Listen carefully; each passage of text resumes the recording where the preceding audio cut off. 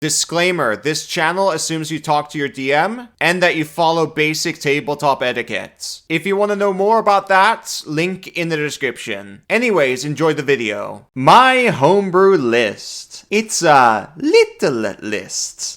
It's actually full of nerfs and bans, really. Kobold, that means you're a bad DM! Not necessarily. D&D is a very broken game if you look a little bit under the hood. I'm not against broken and powerful things. I actually encourage it at times, even when I'm DMing. But there are some interactions I just don't want to deal with because they're too extreme for me. Or they're just annoying. Anyways, welcome to Pack Tactics, where I let my players actually set the homebrew rules. Wait, what? Why? I like third-party and homebrew content a lot, but I never select any of them because it can potentially remove the magic of Dungeons and Dragons. What I mean by that is, the more homebrew there is in the game, the less it becomes the base vanilla official game, which is what most people want to play. People want to play what Dungeons and Dragons 5th edition or 2024 is. I know a lot of content creators and game designers who disagree with me, which is fine, but from my experience, I've seen people shy away from games due to homebrew rules. I've had a lot of experience, and I've felt the same way a few times too. The first time this happened was when I was 18. I was trying to host a game of Cthulhu Invictus. That takes place in ancient Rome. My friends didn't want to join it because they wanted 1920s Cthulhu mythos. You know, vanilla ice cream Call of Cthulhu that's more accurate to Lovecraft's fiction. And that's completely fine. Unfortunately, there was no game. I did learn a valuable lesson about third-party and homebrew that day. Instead of forcing third-party or homebrew to the players, maybe we can nudge a little idea to them instead. But I decided to give them the reins. The catch, though, is everyone at the table has to have a gentleman's agreement to not break the game beyond repair. I'm fine with players being super powerful, but obviously I don't want to deal with an army of mind slaves, which is something you can absolutely do in vanilla D&D. Wizards of the Coast never nerfed planar binding. You're still allowed to get slaves. It's actually a lot easier to get slaves now in 2024, so I fixed them.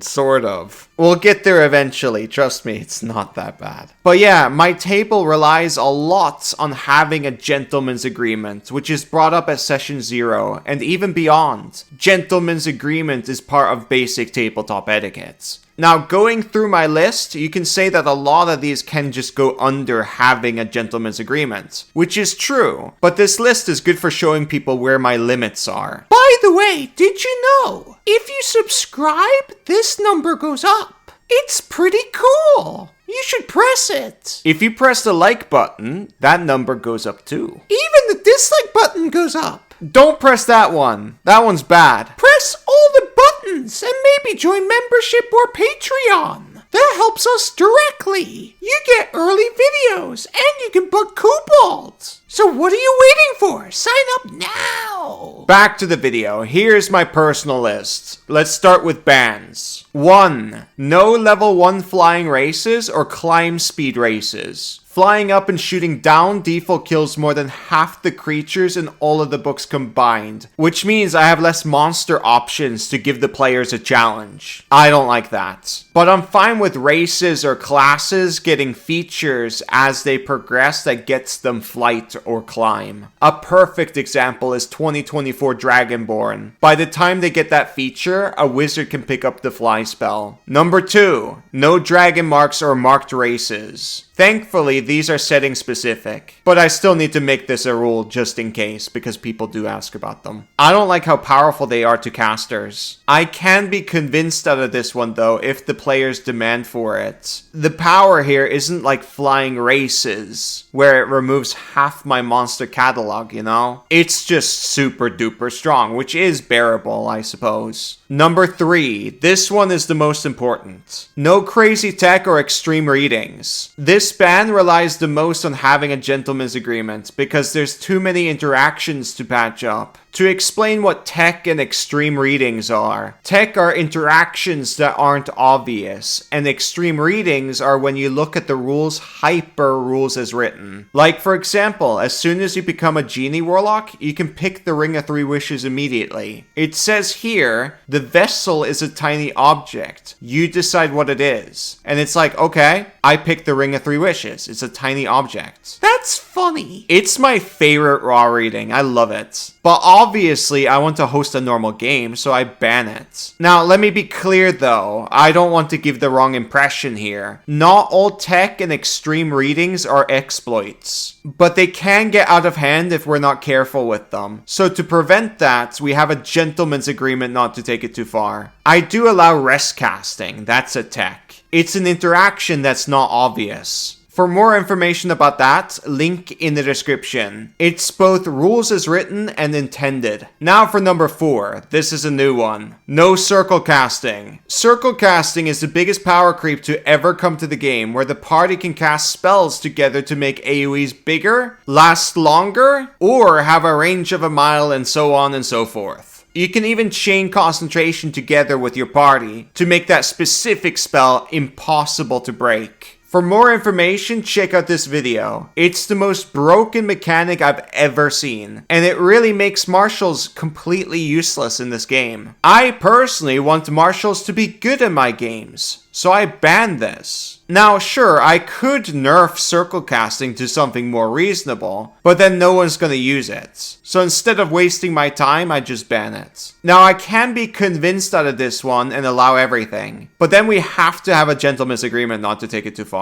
That's it for my bans. Now let's move on to nerfs. 1. You can only have one Phantom Steed active at a time per caster. Phantom Steed is a ritual spell, which means you can easily get like 4 active horses for the party. And these horses have 100-foot speed. They're crazy. When they dash, it's 200. And you can ritual cast on the horse while it's running around. For more information about this crazy 3rd level spell, check out this video. Number 2, we're using the old rules for suggestion and mass suggestion. That makes the spells reasonable rather than achievable. For more information about that, check out the suggestion video. Number 3, no Nistel's magic aura, and you can only planar bind one creature at a time per party. This is an easy fix so players can't make an army of mind slaves. For more information about the most broken spell in the game, link in the description. By the way, I don't like players creating or owning slaves, but with planar binding, people are usually enslaving the fiends. It's not human beings or anything. So that's why I'm keeping the spell. It's still insanely broken, by the way. But Kobold, what about enslaving gnomes? I'm fine with...